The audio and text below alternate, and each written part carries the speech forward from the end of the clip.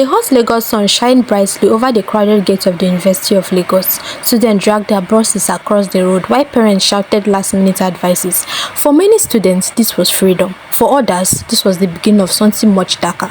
Adaeze stepped down from an old bus, clutching her small walnut box tightly. Her eyes moved nervously around the campus. She has never seen Lagos this crowded. Inside her nylon bag was a small Bible, 2 pairs of clothes, and the remaining 15,000 her mother borrowed from the neighbor. Her mother's final word echoed in her ear, "Please remember why you came to school." Adaeze swallowed hard and walked into the campus.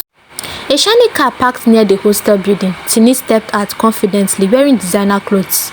Immediately, students turned to stare. She smiled proudly. "Hey guys, UNILAG students officially," she shouted during a TikTok live. Her followers flooded comments instantly. To Tini, university wasn't only for education, it was content, it was fame, it was soft life. Unlike others, Miriam entered the hostel silently. No loud entrance, no excitement, no friends. She held her luggage with one hand while silently gripping an old photograph inside her gown. Her calm face hiding pain nobody could see. As students laughed around her, Miriam quietly walked into room B12. Adaeze stood quietly in the already hot and crowded room while Tini entered noisefully with multiple bags. First thing she said, "Please tell me there's enough network in this room." Adaeze gave an awkward smile. Mariam quietly entered into the room. Few hours later, Tini has already turned one corner of the room into a mini studio. She placed her phone and started dancing. "UNILAG girls, where are you?" While Adaeze folded her clothes quietly. Mariam sat on the bed, observing the both of them quietly. Outside the hostel remained noisily as usual, as night slowly covered the campus. The bright energy of the day suddenly faded into shadows. From the hostel rooms, Lagos light glittered in the distance. While Adaeze knelt down to pray, "God, please help me, let me don't disappoint my mother. Let me succeed here." This school was her family's only hope for a better future, and she cannot afford to fail or be distracted.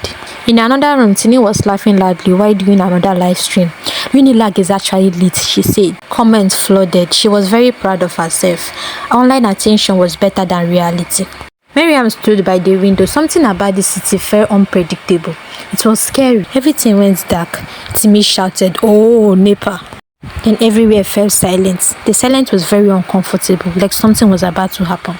Then from nowhere, loud, terrifying scream echoed from downstairs. The sound froze everyone instantly. Another scream followed. Girls rushing out into the corridor. Fear spread rapidly. At the bottom of the case, students gathered around the final year student. Her makeup smelled, her breathing unstable. Students whispered. They say she took something. She just came back from the party when someone started shouting for help. "Help! Help!" The girls stood frozen, looking scared. No one ever told them about this part of the university. Nobody spoke. Even Tini was shaking. Reality has arrived faster than they could ever imagine it. Later that night, Miriam stood by the window and said to them, "University is not what I expected." All the girls already knew something had changed forever, and no one could say anything.